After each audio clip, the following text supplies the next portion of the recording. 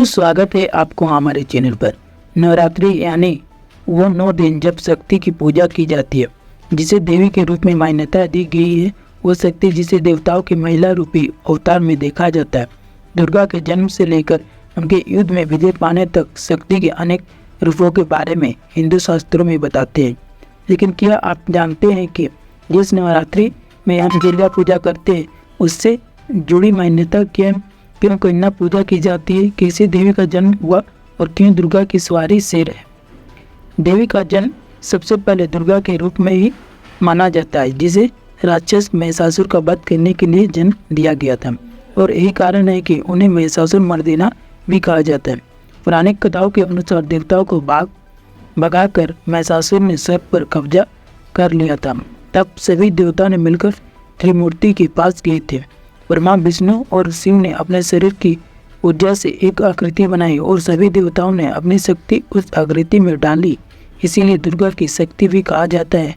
दुर्गा की छवि वेद, सौम्य और आकर्षक थी और अनेक कई हाथों थे, क्योंकि सभी देवताओं ने मिलकर उन्हें शक्ति दी।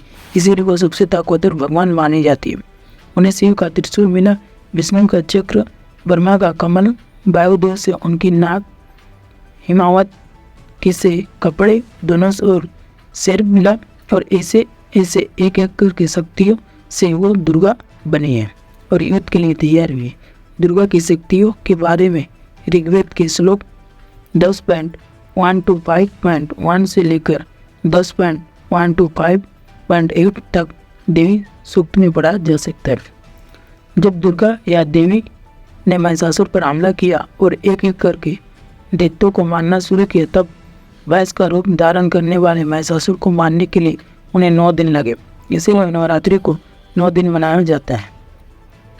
इससे जुड़ी अन्य कथाएं भी, जिसे नवरात्रि को दुर्गा के 9 रूपों से जोड़कर देखा जाता है और कहते हैं कि हर दिन युद्ध में देवी ने अलग अलग रूप लिया था और इसीलिए 9 दिन 9 अलग अलग देवियों की पूजा की जाती है।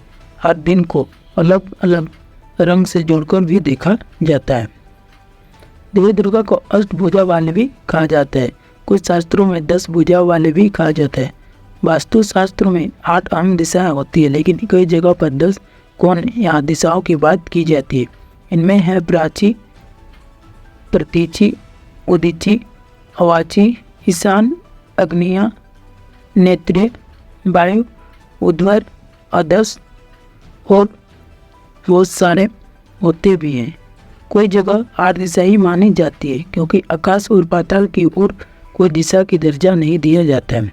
हिंदू शास्त्र के अनुसार ऐसा माना जाता है कि देवी दुर्गा हर दिशा में अपने भक्तों की रक्षा करती है। यही कारण है कि उनकी भुजा 8 है, जो 8 दिशाओं में काम करती है। देवी को शेर पर सवार बताया जाता है। दुर्गा का वाहन शेर है और इसे अतुल्य शक्ति से जुड़कर देखा जाता है। ऐसा माना जाता है कि शेर पर सवार होकर माँ दुर्गा और बुराई का अंत करने निकली थी। दुर्गा को त्र्यंबक कहा जाता है, यानी 3 आँखों वाले शिव भी त्रिनेत्र कहलाती है। जिनकी 3 आँखें थी, दुर्गा को शिव का ही आधार रूप माना जाता है, जिसे शक्ति भी कहा जाता है।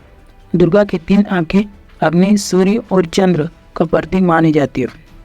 नवरात्रि को दुर्गा पूजा के नाम से भी जाना जाता है। कहा जाता है कि भगवान राम ने माँ दुर्गा की पूजा की थी, जिन्हें राम ने महिषासुर मर्दिना के नाम से संबोधित किया था। यह पूजा रावण से युद्ध करने के पूर्व की गई थी और इसीलिए दशहरा नवरात्रि के अंत में मनाया जाता है। जिस दिन रावण का वध हुआ था, माना जाता है कि राम जी ने दुर्गा पूजा के वक्त 108 नीलकमल चढ़ाए थे दुर्गा को और इसीलिए ही 108 शुभ माना जाता है। प्रीत पक्ष में प्रीतों को पूजा के बाद ऐसा माना जाता है कि घर की शुद्धि होती है और उसके बाद आता है देवी पक्ष यानी नवरात्रि और इसके बाद से हर तरह के त्यौहार की शुरुआत होती है। ऐसा माना जाता है कि देवी पक्ष के पहले दिन माँ दुर्गा अपने बच्चों के साथ पृथ्वी की ओर यात्रा करना शुरू करती है। इस प्रथा से जुड़ी मान्यता यह है कि अध्यापक के घर जाने से पहले एक पुरुष अपनी सारी अच्छाएं और पवित्रता उसकी आंगन में छोड़कर ही अंदर जाता है। यही कारण है कि तपेयाप की आंगन की मिट्टी बहुत पवित्र हो जाती है। इसी मिट्टी को लेकर माँ दुर्गा की मूर्ति बनाई जाती है। कन्याओं को देवी का रूप माना जाता है। उन्हें सबसे पवित्र माना जाता है जब तक उनकी महावारी शुरू नहीं होती, क्योंकि नवरात्रि को देवी यानी महिला रूप को पूजने के लिए मान्यता दी जाती है, इसीलिए छोटी कन्याओं को इससे जोड़ा जाता है। असल में ये पूजा स्वामी विवेकानंद ने 1901 में बेलूर मठ में शुरू की थी। इसे दुर्गा की शक्ति से जुड़कर भी देखा जाता है।